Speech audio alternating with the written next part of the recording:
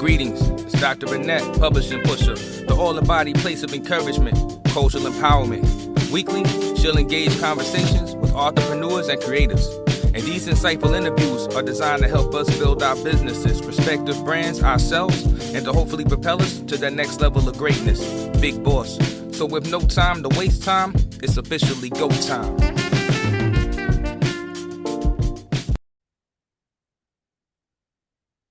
Hi, everyone. Dr. Annette, publishing pusher here. We have another week, a new great person on the show with us. This is, we call him Chief Servant, Apostle Terrance Frederick. How you doing, Brother Frederick? Oh, I'm good. How you doing? It's good to be here. Doing all right. Listen, this is a great person to know, okay? And especially since he and my son have the same name, spelled exactly the same. So how could I ever forget Terrance? But his personality is so enriching when you are in the space with him. And listen, I'm not even deep, y'all, once I get around him. If I thought I was deep, I can pretty much forget it. But I'm going to give a little bit. But he is deep, but there's not too many people go to the depth that I've talked to him, Apostle Bernard Bolton, a few others, but not many. And when I get exposed to people who are able to go that deep and really pull things out, I really think it's important for us to, as the word tells us, to really study the word, not just read the scriptures, but really to dig down deep into it. And we just have some of these prophets out here, these apostles out here that's able to do that, and he just happens to be one of them. So Chief Servant, Apostle Terrance Frederick, I'm going to give you all your titles because, brother, you have earned them all. And God says you are worthy. Tell us, I really want you to tell the people about you, about your gifts, and how your teaching abilities. Start out with that. Okay. Well, first of all, it's good to be here. It's always good to be in your presence and building with you. We have a lot of history. My journey, it's a crazy story, so I'll see if I can condense it. I grew up as a child of someone who was of some parents who went to church, but I was the black sheep. I was the rebel. So I went out there and wanted to see what else was out there in the world. So I found myself getting into all kinds of things. 5% a nation of gods and earths, some Wicca, all kinds of crazy stuff, dark stuff. So I had a journey in darkness. The Lord arrested me and told me to come back home. You know where you're supposed to be.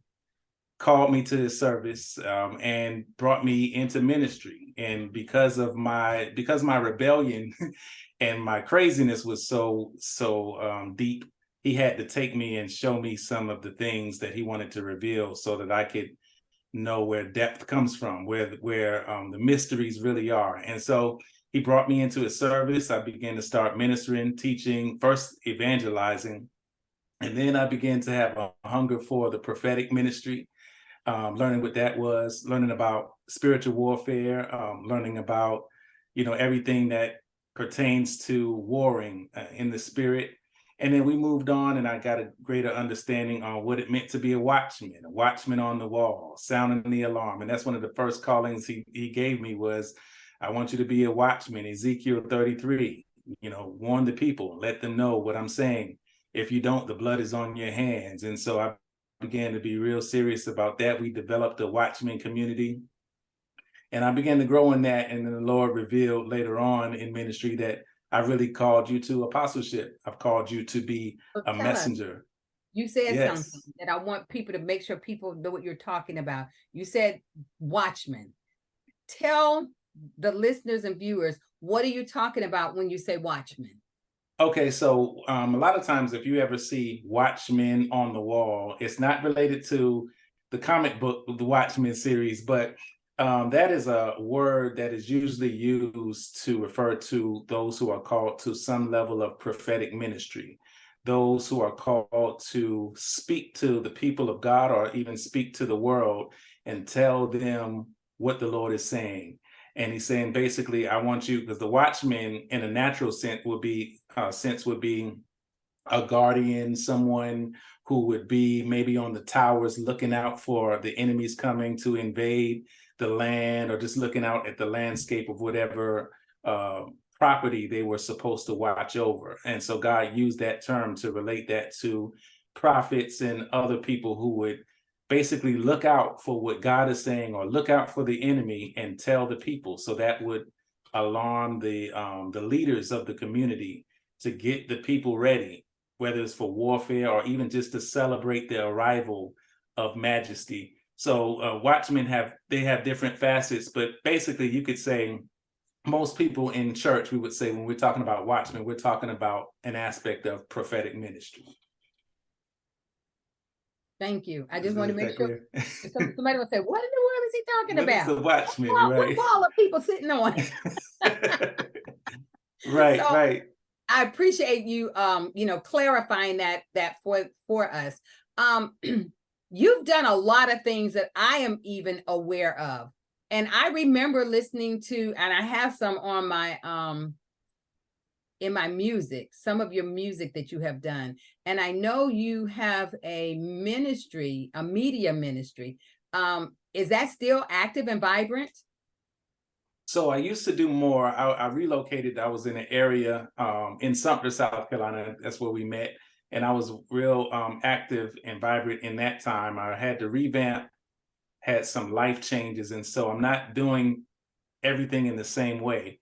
But yeah, we had history in terms of doing music. We were, I would say, in South Carolina, or even in the Southeast, the pioneers of people who gathered poets, rappers, singers, people who were into jazz, improvisation, and we combined a certain style. We called it war and worship music, and combined. We used to travel all throughout the East Coast, some of the Midwest, and travel and begin to sing the praises of God, but in a unique way, in a way that represents the times that we live in. And so we incorporated, like I said, rap, singing, opera, all kinds of things. And so we produced about 5 or 6 albums, and that has gone to a close, but I'm still mentoring people. I'm always in a seat of mentoring young people who are involved in music and developing things. And so I'm still doing that now.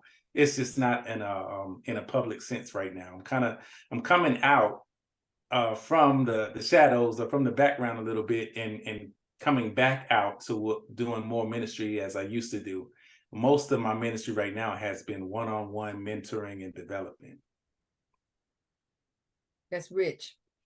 But like I said, I do have some of your music, and I remember you threw out a piece one time, and you said, take this and see what you can do with it. And I grabbed it.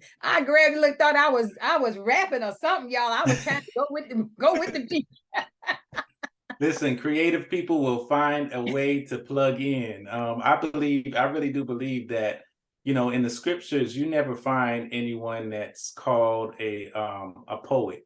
But if you look and you see how the prophets ministered at times, whether it was the psalmist David or some of the other prophets, you see that they flow in poetic ministry. So a lot of people are wearing the identity of, they might just say, I'm a poet, I'm a spoken word artist. And a lot of times God is calling them to something beyond the artistry that they think that's all of who they are.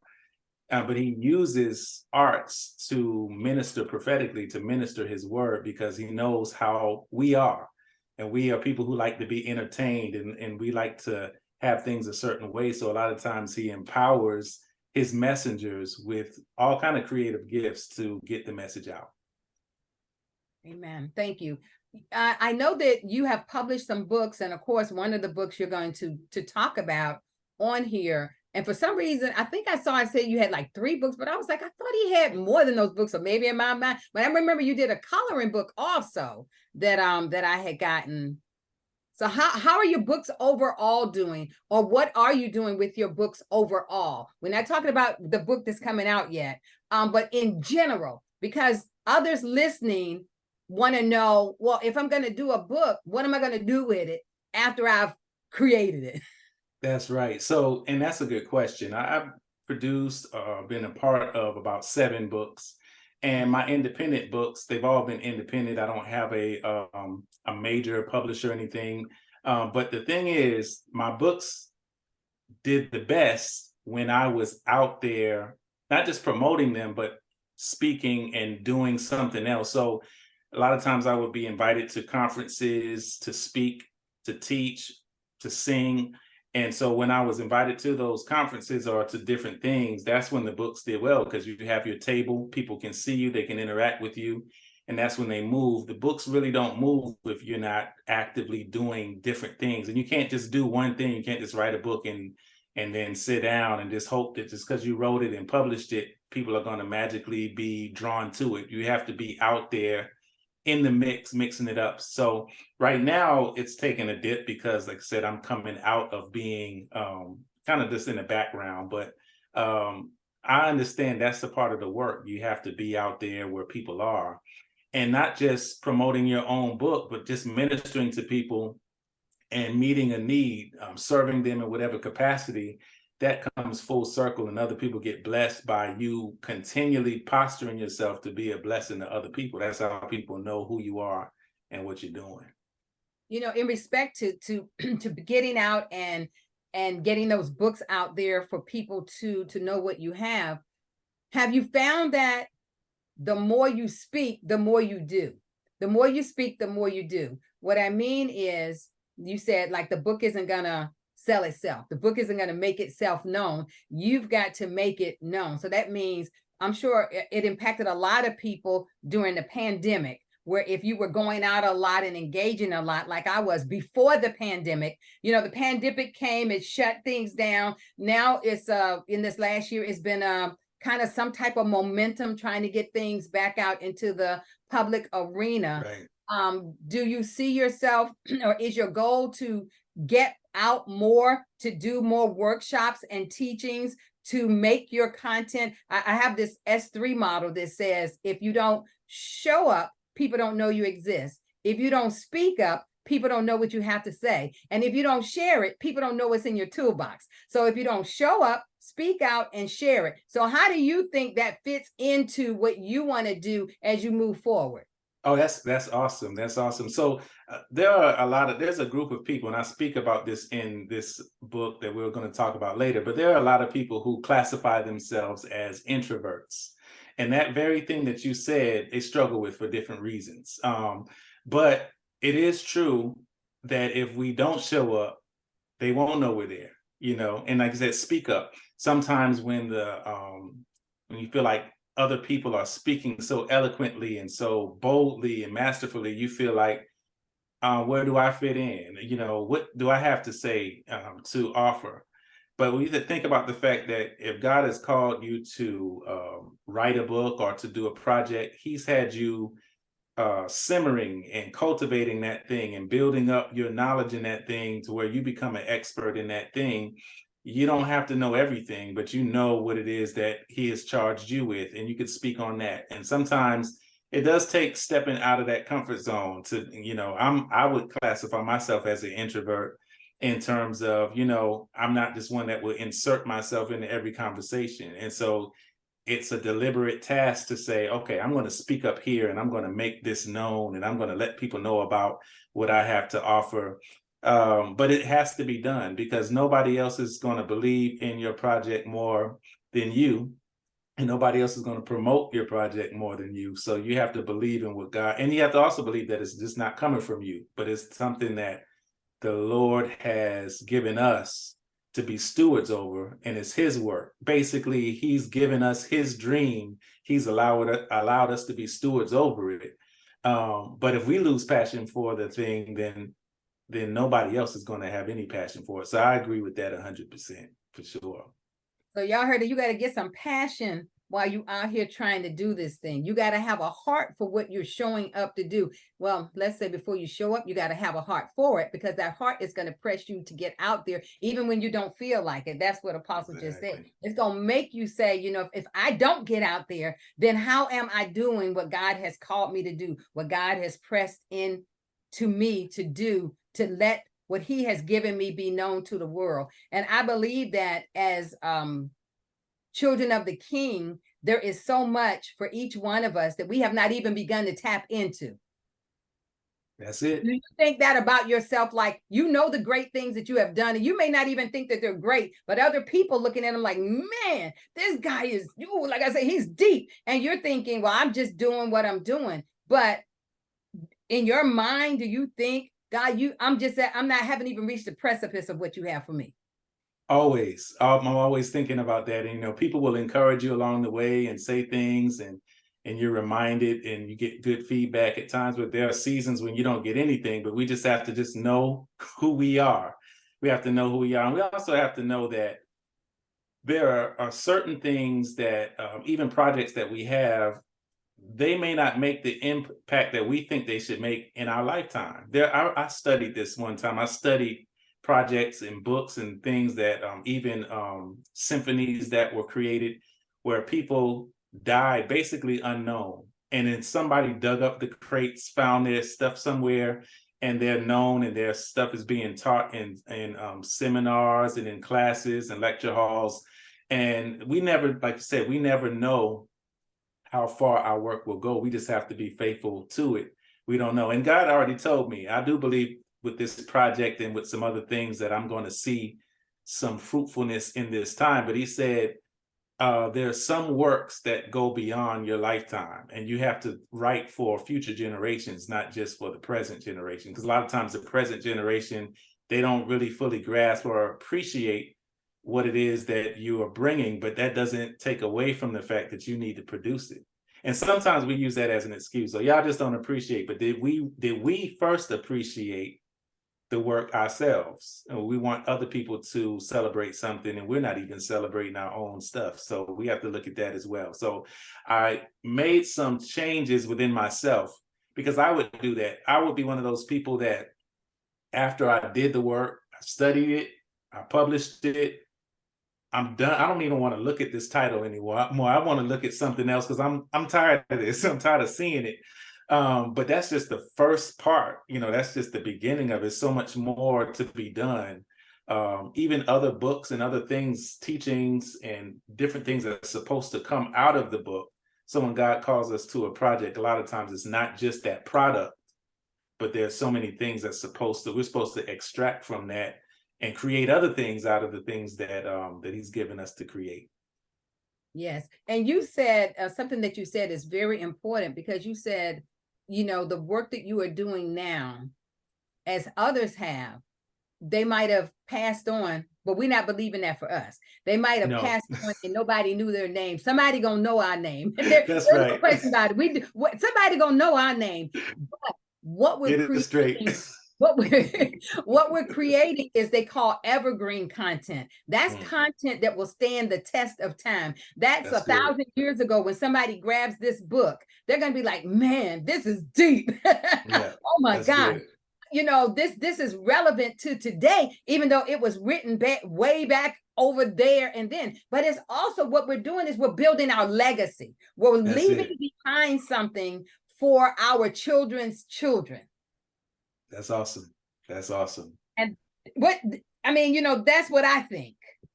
You know, that's interesting. You know, even in this book, I dedicated this to my daughter, because I talked to her about legacy. You will pass on this thing that is in our family. You're going to pass it on to your children and children's children, but not just the family legacy, a heritage of faith, you know. And a lot of times we don't think about ourselves in terms of how we call the Bible people back in the Bible days, but I like to put myself in the place of, what was it like to be like Abraham? What was it like to be like Moses and receive a charge and to lead a nation of people, and, you know, put myself in the category of the Bible characters that we see. You know, in Hebrews, it talks about the heroes of our faith. But I believe that the Holy Spirit invited us into the family, not only just so that we could be saved from whatever turmoil, but also so that we can be included in the name of the greats, and to, like I said, produce things that will leave a legacy for the Lord, so that his name would be a memorial from generation to generation. That's what it's all about. You know, I was thinking as you were talking, one of my favorite examples is Joshua in the Bible. and how, Yes. the way has been prepared and he's learned the way. So the way has been prepared for us. We're learning the way. Now, what are we going to do with what we've learned? Are we waiting and sitting for something to happen, saying, I'm waiting on God, when God is saying, I already told you this. I already taught you this. You already have the skill sets. You already have the gifts. You already have the talents. Why aren't you going forward? Why aren't you making your way successful? Why are you sitting there talking about, I'm waiting on God? He's waiting on you. Move out there. He's Step in there. waiting on us to move. That's it. Yes. So I want to talk to you now about, you had a book before that I saw, which was called The Governmental Sound. The Governmental Sound, yes. Governmental Sound. Very, very powerful. And you talked about underscoring the voices in that book. Talk a little bit about that book, and how does your new book, D.E.E.P Flow, is it connected to it? Is it an extension of it, or is it I'm sure it's a standalone, but is it still an extension of? Because even a standalone can be an extension of something. That's right. So, oh man, that is a great question, because I was thinking about this. If someone follows me in my writing, my ministry, they would definitely see it as an extension. It wasn't written referencing what was in the governmental sound. It was written to speak to some other issues, but it's definitely connected. I believe that for the rest of my life, the rest of the works that I do, I'm going to intentionally connect them so that I can reference what I've already done to that. And so I can just build that community and conversation. But Governmental Sound, just for the people who don't know, it was a rewrite-up of the book that I previously wrote called Kingdom Music. But the Lord was telling me that I need to go beyond just talking about music, because it's not just about music. That sound can come from oracles, people who speak the word, those who preach and teach, or those who share in other ways. So it wasn't limited to music. So I changed it to the governmental sound, but really it's really talking about the sound that comes from heaven, or the sound that comes from the government of God. When God begins to move upon someone, what kind of sound does it make? And how does it impact society? And so Deep Flow is connected to that. If you've read the Governmental Sound and you read Deep Flow, you'll definitely see the connections, but it wasn't intentionally written that way. So when you start talking about the deep flow, and I listen, you all, the book will when will the book be available? The paperback will be available November 1st, 2023. You can already pre-order if you're going to do the not the audio. Someone was asking me about doing audio. I said that's a whole nother project. I'll get to that later, but the ebook is available now for pre-order. Okay, so you can do pre-order, and you kind of help the momentum of the book to work in the system. So if you're interested in this, grab that ebook. But also, in respect to this book, it talks about communication. Tell us a little bit about that, about the flow of this book. Yeah, without giving us the meat. Okay. So the flow of the book, I'm addressing some different categories of things. First, I want to say that what inspired the book is I went through some personal upheaval in my life and had to go through all kinds of changes, which caused me to reevaluate how I was communicating, how I looked at communication and just relationships altogether. But that was just a launching pad for him to just download all kind of things that wasn't just dealing with relationships, but dealing with communication in business, communication in culture, and also divine communications, how we communicate with God, and even intrapersonal communication, how we communicate with ourselves. So he just took me immersed me into the history, the etymology of communication, and then connecting that to a lot of different facets. So, for example, one of the things in one of the chapters, we do a survey of 20 forms of communication based on the Word of God, how the Word speaks about it. And we just do commentary on it and just talk about its applications, but then we relate that to so many different things. So it's a dense book. It's very, there's some light parts, but my writing style, I don't do a lot of storytelling. As I know a lot of people who read books love storytelling.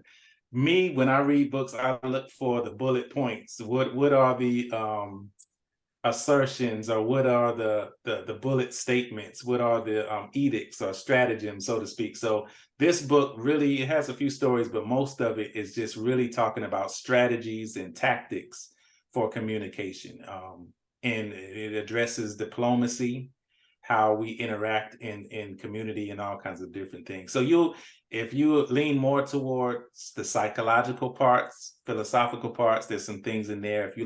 If you're a Bible nerd like me, you go and look for the theology, or even if you are into more relational, practical things, you'll find some things there, or maybe some of the deeper stuff that's dealing with the supernatural, the spiritual realm. We have a little bit for everybody.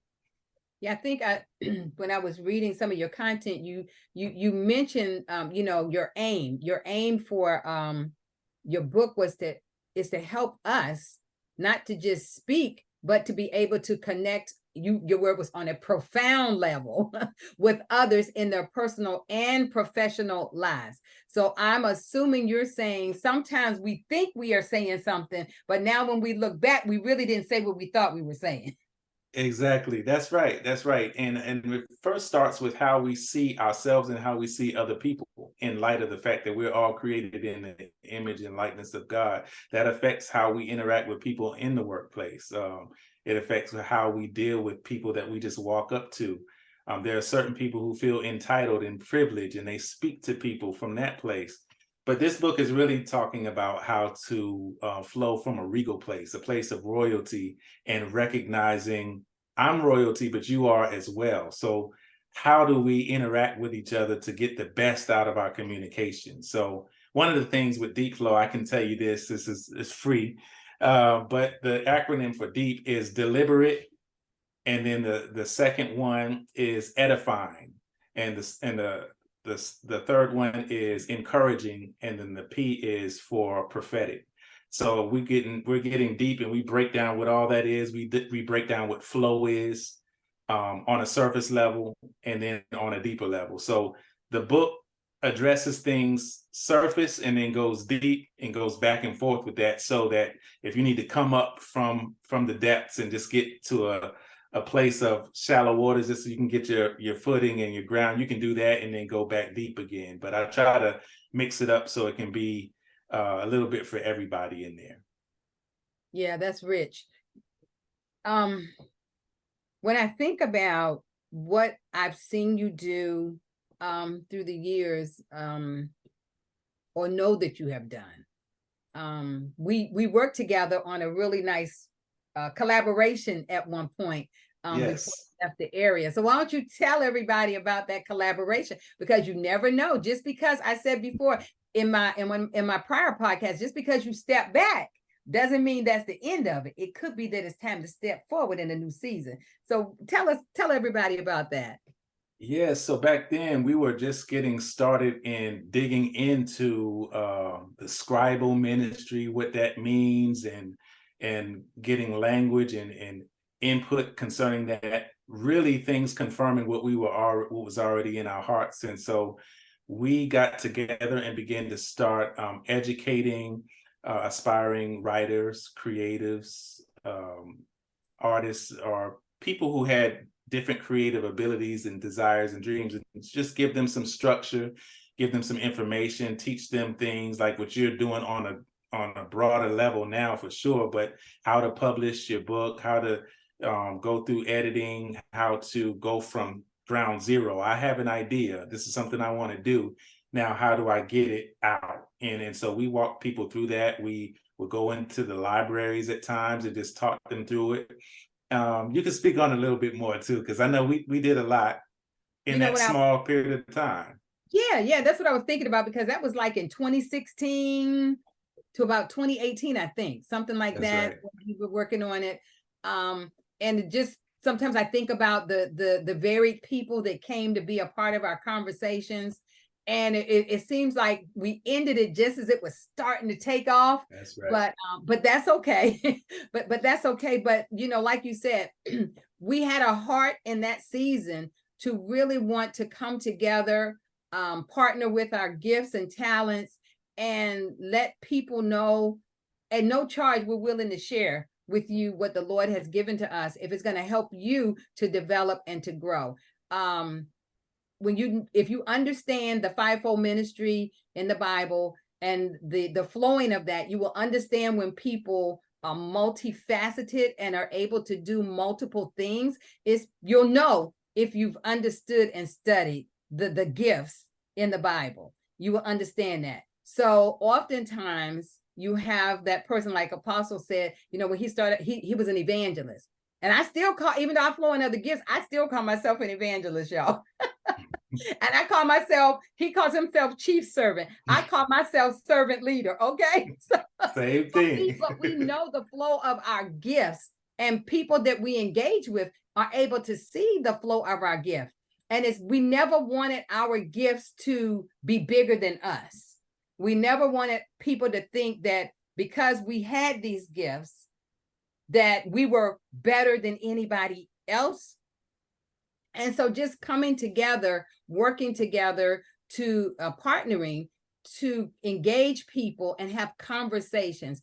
As he's talking about with his book, Deep Flow, you got to have conversations with people. You have to sit down and open up, and you got to listen, got to be quiet and listen some. Now, I'm a talker, y'all, but I got to make myself, I'm not that girl in the back like he is, like that brother is. That's not me. Now, I can sit in the back, but I can't never sit in the back because I always get pushed to the front. So no matter how much I try to go to the back, the Lord keep pushing me to the front. Why? Because he said your gifts are going to make room for you.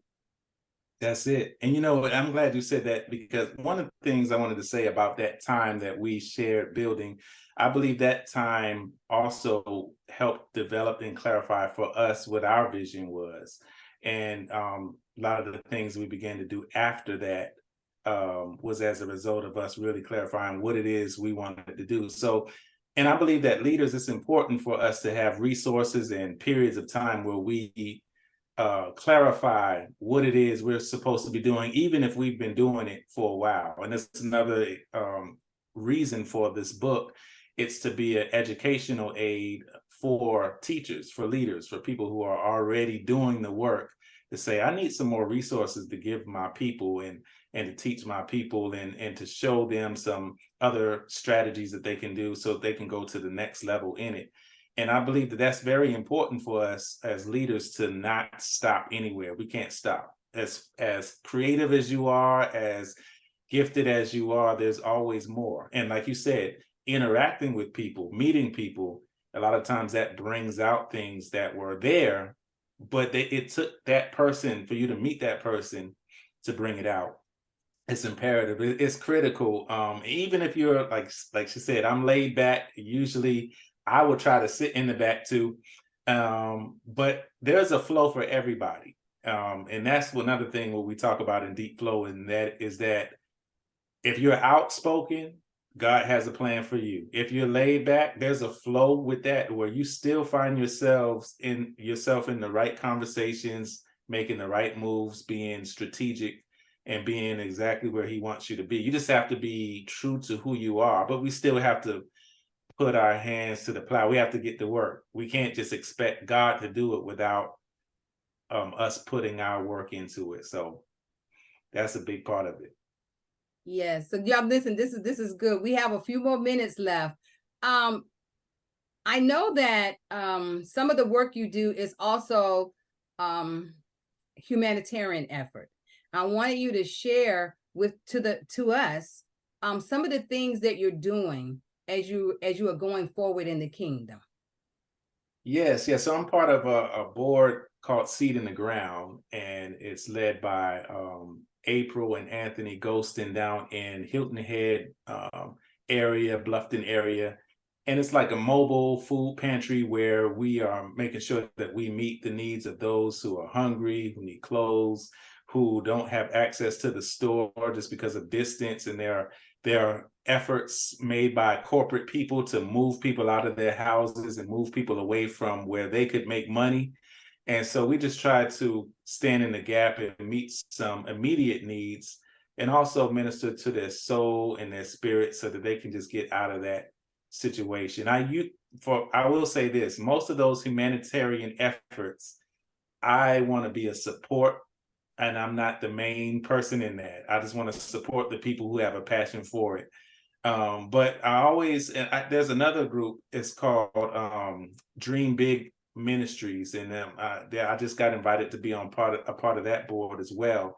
And that one is focusing in the Greenville area of dealing with children, disenfranchised children who don't have food as well, but also don't have an understanding of their identity, who they are in Christ, their potential. So we're teaching them basic skills, learning skills, things that are going to set them up for success in learning institutions, but also we're trying to just deal with spirit, soul, and body. So I'm a part of those, the people who I interact with. Once we get together and we are like-minded, they say, we want you, even if you're not up front, we want you to be involved in some kind of way. So I try to add value, strategic analysis of what's going on.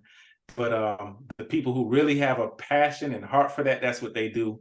Usually my passion and heart is really in developing content, getting in the face of God and saying, God, what do you have to say to the people? And then I'll just support what other people are doing. So you do a lot of leadership training, maybe? Leadership training. And leadership training, not in the sense how a lot of people think about going to this leadership conference. Now, my training is more so, let me come alongside you in small settings. And really, it could be a big setting, but really more so, I want to deal with leaders. And a lot of times you can't deal with leaders in a big setting because the egos, they can't really be vulnerable and say, hey, this is what's really going on. I really don't know what to do. So a lot of it is dealing with mentoring, one-on-one, aspiring preachers, leaders. Most of my work is usually not public events, though I'm open for public events. Yeah, you call me up and we can build, we can do something. But in reality, most of my work is counseling, consultation type stuff, small groups or just one-on-one with leaders. All right, so y'all heard good stuff this evening. I'm telling y'all, good stuff. I want you to, as we get ready to close, I really want you to share an empowerment with everyone before you leave, an empowering thought, leave them with it. And also let everybody know how they can reach out to you, how they can get this book from you, where your ebook is located, how they can get it, and where your other resources are as well. Okay, so my website is going through a revamp. So you can look at other things through terrancefrederick.com.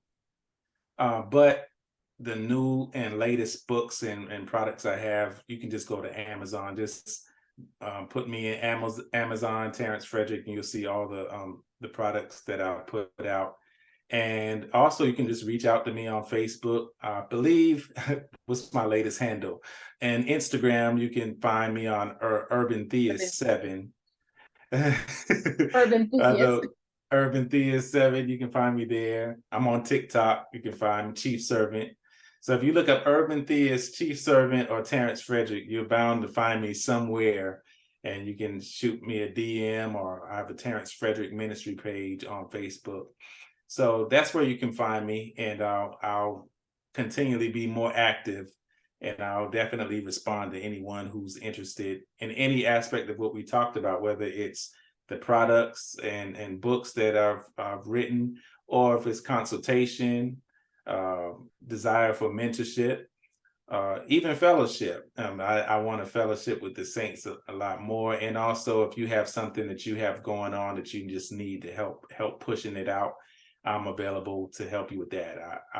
I take joy in being able to say that I get some crown somewhere in heaven because I helped somebody produce something that God called them to do. So that's important. So you asked for an empowering statement, something that I can leave the people with.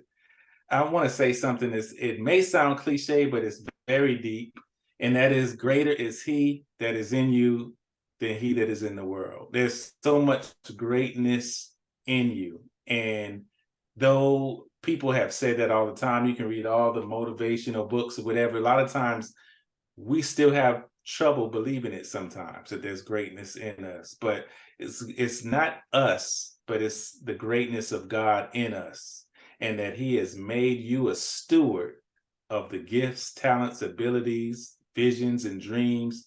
Just keep in mind that those things are not yours. You can borrow them, you can claim them as yours because you are a co-laborer, partaker, but those dreams come from eternity. They come from heaven, and God placed those things in you because he wants something to manifest it in the earth.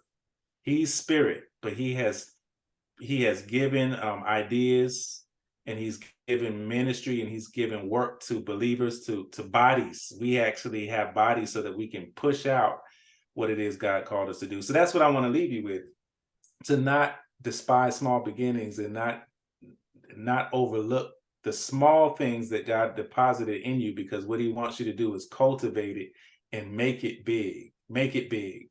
It's up to you to make it big. He gave you the work, but it's up to you to make it all of what he wants it to be. That's where we co-labor with him. And that's what I have for you.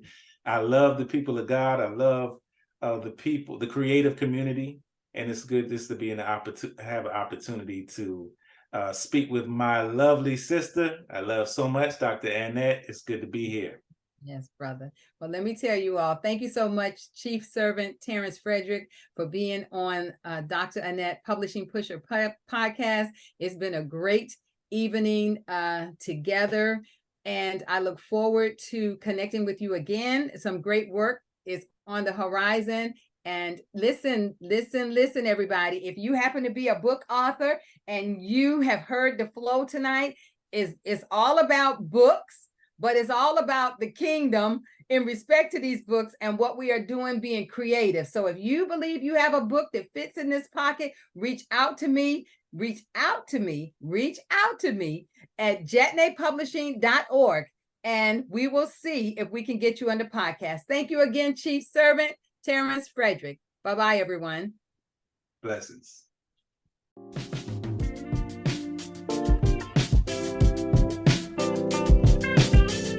Thank you, everyone, for listening to Dr. Annette's Chat Podcast, brought to you by D.E.E.P Publishing. Be sure to stay tuned in for future conversations and engagements.